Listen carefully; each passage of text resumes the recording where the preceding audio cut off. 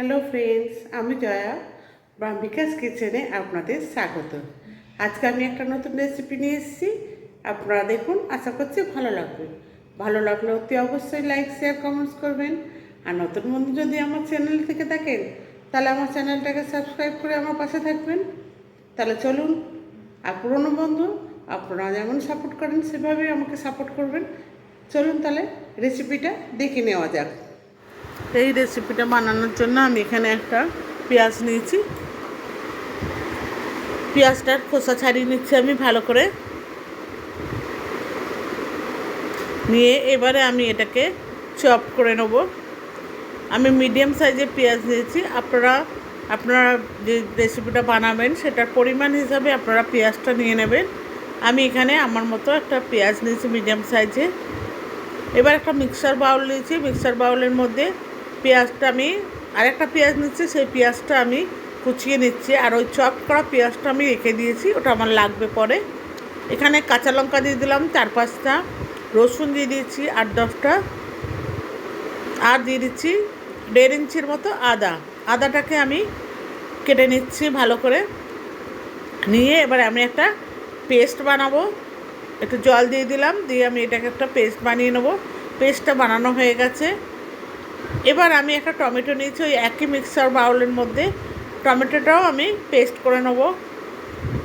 Tomato paste করা হয়ে গেছে, আমি একটা পাত্রে ঢেলে নিলাম, নিয়ে সরিয়ে রাখলাম। এবার আমি যে মশলাগুলো ইউজ করব সেটা হচ্ছে গরম মশলা, হলুদ গুঁড়ো, লঙ্কার গুঁড়ো, তেজপাতা, নুন স্বাদ মতো, জিরে গুঁড়ো, আর গোটা জিরে, ধনে গুঁড়ো 1 চামচের মতো। এবার আলু নিয়েছি, আলুটাকে আমি ভালো করে কেটে নিচ্ছি, মানে 4 টুকরো করে নিলাম। একটা মিডিয়াম সাইজ আলু, সেটাকে আমি 4 টুকরো করে কেটে নিলাম। এবার আমি এখানে 500 মতো চিকেন নিয়েছি, চিকেনগুলো ধুয়ে নিয়েছি ভালো করে গরম জল দিয়ে। এবার আমি আদা রসুন পেঁয়াজ যেটা সেই পেস্টটা দিয়ে দিলাম, আর দিয়ে দিলাম টমেটো পিউরিটা,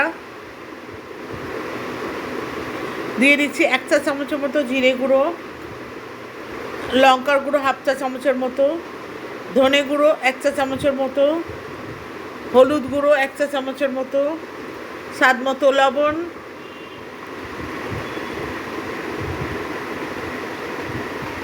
আর দিয়ে দিচ্ছি তেল। আমি এখানে সাদা তেলে রান্না করছি, আপনারা পারলে সরষের তেলে রান্না করবেন। আমি এখানে সাদা তেল করছি। আর দিয়ে দিচ্ছি 2 চা চামচের মতো টক দই। আপনারা সরষের তেলে করবেন, সরষের তেলের মাংস কিন্তু খুব ভালো হয়। আমি এখানে সাদা তেলে করলাম। এবার আমি এটাকে পুরো ম্যারিনেট করে নিচ্ছি। আমি একটু জল জল করে এই ম্যারিনেটটা করলাম, কারণ এটাই আমি মাংসটা কষাবো, সেই জন্য আমি এটা ম্যারিনেট করে কিছুক্ষণের জন্য রেখে দিলাম, 10 মিনিটের জন্য ঢেকে। এবার আমি একটা পেঁয়াজ আরও নিয়েছি, নিয়ে এটাকে আমি কেটে টুকরো করে নিচ্ছি।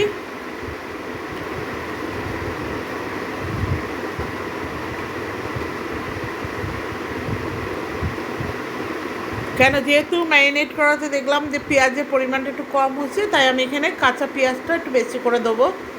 সেই জন্য আমি একটা পেঁয়াজকে ভালোভাবে চপ করে নিচ্ছি। আমার পাতলা করে চপ করে নিয়েছি। এবার ওভেনে একটা কড়াই বসিয়ে দিয়েছি, কড়াইতে আমি ওভেনটা অন করে দিয়েছি, দিয়ে কড়াইতে আমি তেল দিয়ে দেবো পরিমাণ মতো।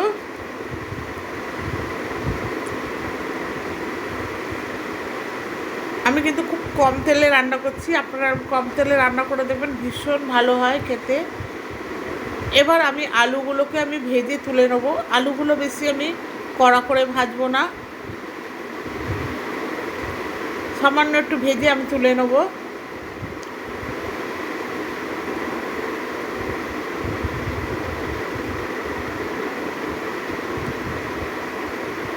আমি আবার বলছি, নতুন বন্ধু যদি কেউ থেকে থাকেন আমার চ্যানেলে, তাদেরকে বলবো আমার চ্যানেলটাকে সাবস্ক্রাইব করে আমার পাশে থাকবেন। আর ভিডিওটা স্কিপ না করে সম্পূর্ণ দেখার অনুরোধ রইল। ভালো লাগলে অতি অবশ্যই লাইক শেয়ার কমেন্টস করবেন। আর পুরনো বন্ধুরা এতদিন যেভাবে সাপোর্ট করেছেন সেইভাবেই সাপোর্ট করবেন। আর ফেসবুক থেকে যদি কেউ দেখে থাকেন তাহলে আমার পেজটাকে ফলো করে আমার পাশে থাকবেন। চলুন তাহলে, এবারে আমার এটা ভাজা হয়ে গেছে আলুটা, আমি এবার একটা পাত্রে তুলে নিচ্ছি। আর প্লিজ সবাইকে অনুরোধ করছি, কেউ স্কিপ করে দেখবেন না। স্কিপ করে দেখে আমার এত বড় ক্ষতি না করে বরঞ্চ পুরো ভিডিওটা দেখার অনুরোধ করছি, রিকোয়েস্ট করছি। এবার এখানে দুটো তেজপাতা আর গোটা জিরেটা ফোড়ন দিয়ে দিলাম, আর দিয়ে দিচ্ছি গোটা গরম মশলা। একটুখানি ভাজা হয়ে গেছে, ভেজে নেবো, একটু ভেজে নিই। এবারে যে পেঁয়াজটা আমি রেখেছিলাম টুকরো করে, দুটো পেঁয়াজ, সেই পেঁয়াজগুলোকে দিয়ে দিলাম। দিয়ে পেঁয়াজগুলো আমি একটু লালচে করে ভেজে নেবো। বন্ধুরা আমার পাশে থাকবেন, আমি এটা অনুরোধ করছি, কেন আপনাদের ছাড়া এই পথ চলা অসম্ভব। সুতরাং কেউ স্কিপ করে দেখবেন না। পেঁয়াজটা ভাজা হয়ে গেছে,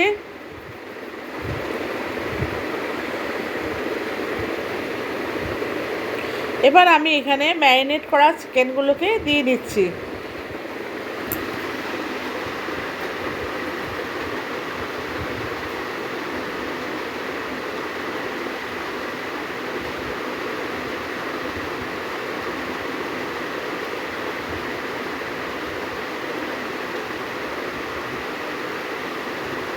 সব চিকেনগুলো একটা একটা করে আমি দিয়ে দিচ্ছি।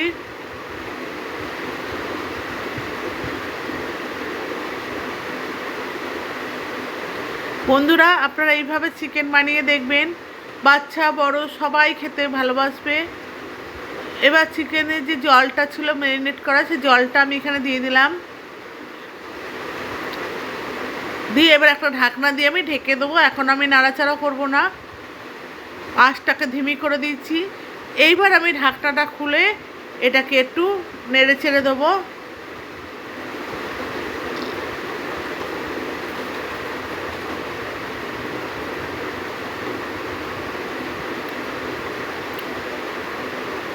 দিয়ে আমি আবার ঢাকনা দিয়ে দেবো। ঢাকনা দিয়ে আরও মিনিট তিনেক থেকে পাঁচেকের মতো রান্না করব। মিনিট পাঁচেকের পর আমি ঘুরে এসেছি, ফিরে এলাম আবার। এসে দেখুন অনেকটাই জল শুকিয়ে গেছে। এবার আমি এটাকে আলু দিয়ে দেবো, এটার মধ্যে ভেজে রাখা আলুগুলো দিয়ে ভালো করে নেড়ে চেড়ে দেবো, কেন চিকেনটা অলরেডি অর্ধেক বয়েল হয়ে গেছে। এবার আলুগুলো দিয়ে, আলুগুলো সেদ্ধ হয়ে গেলেই চিকেনটা হয়ে যাবে। আলুটা অলরেডি মানে ভাজা রয়েছে, সেই জন্য সিদ্ধ হতে বেশি টাইম লাগবে না। আমি আবার ঢেকে দেবো। ঢেকে দিয়ে আবার কিছুক্ষণ রান্না করার পর দেখুন আমার জলটা পুরো শুকিয়ে গেছে। এবার ওপর থেকে আমি গরম মশলার গুঁড়ো দিয়ে দিলাম, আর একটু চিকেন মশলা দুটো মিশিয়ে আমি একসাথে দিয়েছি, চিকেন কারির মশলাটা দিয়ে এবার ভালো করে আমি নেড়ে ছেড়ে দিচ্ছি। প্লিজ বন্ধুরা ভিডিওটা ভালো লাগলে তাহলে লাইক শেয়ার কমেন্টস করবেন। আমার এই রেসিপিটা তৈরি হয়ে গেছে, এবার আমি একটা পাত্রে নামিয়ে নিচ্ছি। দেখুন কত সুন্দর রং হয়েছে। আজকে বন্ধুরা এই পর্যন্ত, আমি আবার আসবো অন্য একটা নতুন রেসিপি নিয়ে। ততদিন পর্যন্ত আপনারা ভালো থাকুন, সুস্থ থাকুন। ভিডিওটি শেষ পর্যন্ত দেখার জন্য ধন্যবাদ।